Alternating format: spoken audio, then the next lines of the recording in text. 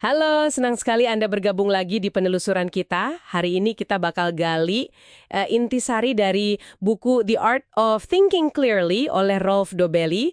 Kita fokus ke satu bab spesifik nih, judulnya cukup unik. Saat mendengar suara langkah kaki kuda, jangan harapkan zebra. Menarik itu. Intinya soal bias berpikir ya. Betul, namanya Bayes Rate Neglect atau Oke. pengabaian tingkat dasar. Gampangnya kita tuh sering abai sama data statistik umum kalau udah disuguhi cerita yang spesifik gitu. Oke. Tujuan kita hari ini, ya, membongkar jebakan ini biar kita semua bisa mikir lebih jernih. Oke. Biar kebayang kita coba teka-teki sedikit ya. Siap? Boleh. Gimana tuh? Bayangin ada orang namanya Mark, dia pria Jerman, kurus, terus pakai kacamata. Nah, dia juga suka banget musik Mozart. Oke, kebayang kurus, kacamata, suka Mozart. Jerman, pertanyaannya, mana yang menurut Anda lebih mungkin? A. Mark ini sopir truk, atau B. Dia seorang profesor sastra di Frankfurt? Coba deh, ikuti intuisi Anda dulu. Kalau ikutin deskripsi, ya profesor sastra lah kayaknya. Kacamata, Mozart, itu kan klise banget ya buat akademisi gitu kan. Nah, itu dia. Kebanyakan orang, mungkin Anda juga, langsung mikir B, profesor sastra. Iya kan? Rasanya pas banget gitu deskripsinya. Tapi disinilah kita sering keliru. Jawaban yang benar secara statistik itu justru A, sopir truk. Loh, kok bisa? Sopir truk jauh banget sama Mozart. Nah, ini intinya. Kenapa? Karena di Jerman sana, jumlah sopir truk itu kira-kira ya 10.000 kali lebih banyak daripada jumlah profesor sastra yang ada di Frankfurt. Astaga, 10.000 kali.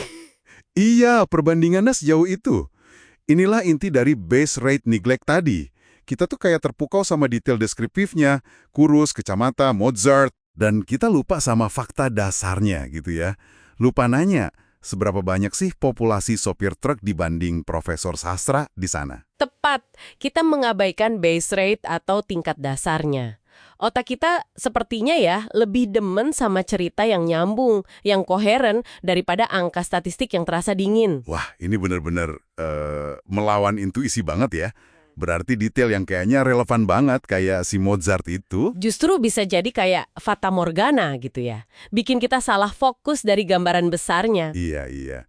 Terus gimana dong caranya biar nggak gampang kejebak gini? Kayaknya susah ya ngelawan godaan cerita detail gitu. Pertanyaan bagus tuh. Emang nggak gampang sih, karena ini udah kayak cara kerja alami otak kita yang suka narasi. Betul. Kuncinya mungkin di kesadaran kali ya. Dan disiplin buat selalu nanya.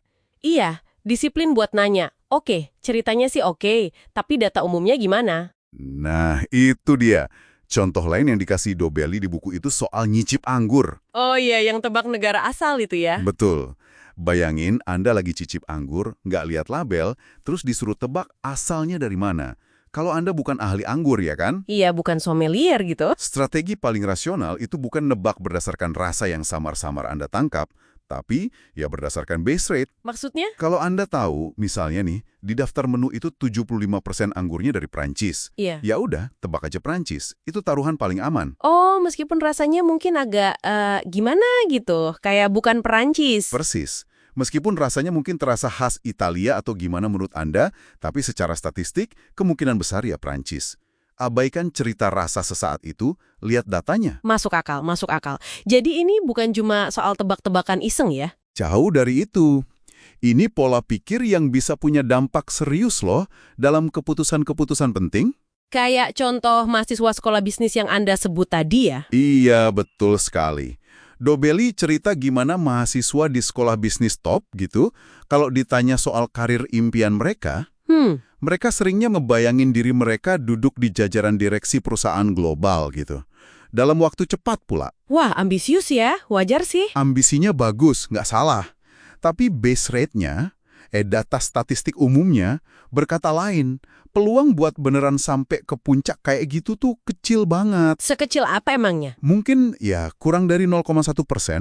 Skenario yang paling mungkin terjadi kalau lihat data lulusan sebelumnya ya mereka bakal ada di level manajemen menengah. Oke, jadi mengabaikan base rate ini bisa bikin ekspektasi jadi nggak realistis ya? Tepat.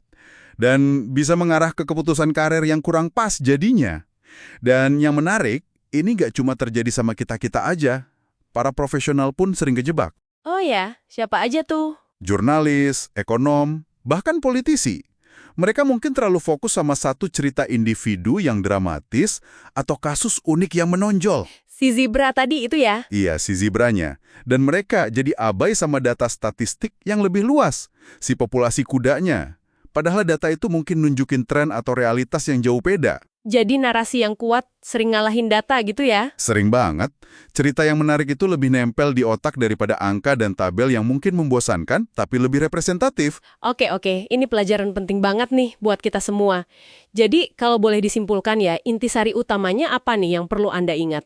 Mungkin ini, jangan sampai cerita yang menarik atau deskripsi detail itu bikin kita buta sama realitas statistik. Itu yang utama. Jadi pas kita nilai situasi, atau orang, atau kasus apapun, kita harus paksain diri buat mundur sedikit gitu ya? Betul. Mundur sejenak dan tanya, secara umum seberapa sering sih hal kayak gini kejadian? Base rate-nya gimana? Tanya juga, ini kita lagi lihat kuda yang umum atau jangan-jangan zebra yang langka? Nah, mempertimbangkan tingkat dasar ini kunci banget buat jaga kejernihan berpikir kita. Dan, sebagai penutup nih, mungkin ada pertanyaan buat refleksi Anda di rumah. Boleh, apa tuh? Coba deh, pikirin sejenak. Di area mana dalam hidup Anda? Entah itu pas menilai orang baru, atau ngevaluasi peluang investasi, atau bahkan pas baca berita sehari-hari, Anda mungkin tanpa sadar ya, udah mengabaikan tingkat dasar tadi. Gara-gara terlalu kepincut sama detail atau cerita yang menonjol. Pertanyaan bagus tuh.